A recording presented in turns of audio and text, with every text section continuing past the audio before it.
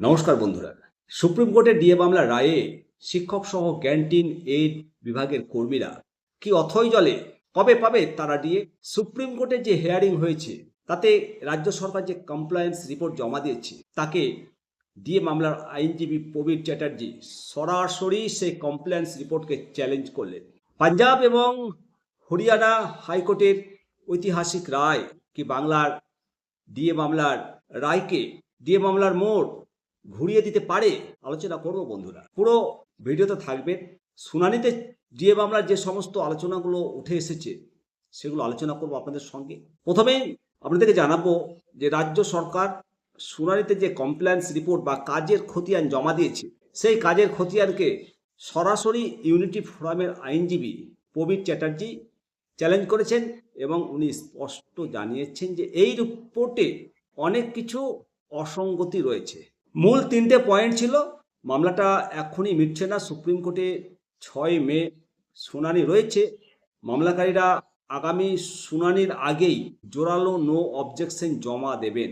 আদালতে পর্যবেক্ষণ দিয়েছে যে কর্মীরা বকেয়া ডিএর কিছুটা অংশ পেয়েছে, কিন্তু আইনজীবীদের পাল্টা যুক্তি যে এখনো বড় অংশ কানা করিও পায়নি।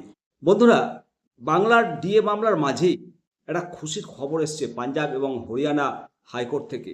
আদালত পরিষ্কার জানিয়েছে যে অর্থের অজুহাত দেখিয়ে কর্মীদের বঞ্চিত করা যাবে না এবং নির্দেশ দিয়েছে 30শে জুনের মধ্যে 2026-এ সমস্ত বকেয়া দিয়ে মেটাতে হবে।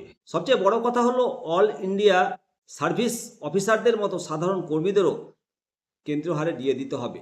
এই রায় সুপ্রিম কোর্টে পশ্চিমবঙ্গের কর্মীদের ক্ষেত্রে কর্মীদের অবস্থানকে আরও বেশি শক্তিশালী করবে।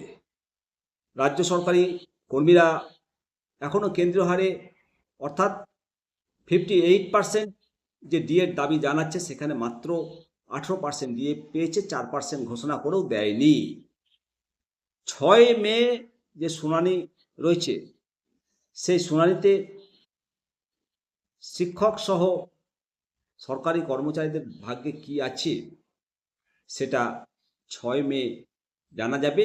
তবে শুনানিতে ক্যান্টিন এইড বিভাগের কর্মীদের কথা ওঠেনি এবং আইনজীবীগণ এ ব্যাপারে কোনো মুখ খোলেননি বলে জানতে পারা গেছে। দেখা যাক পরবর্তী কি রায় আসে, তার উপর নির্ভর করবে পরবর্তী লড়াই। ভালো থাকবেন। চলুন সবাই মিলে বলি জয় হিন্দ, বন্দে মাতরম, ভারত মাতা কি জয়।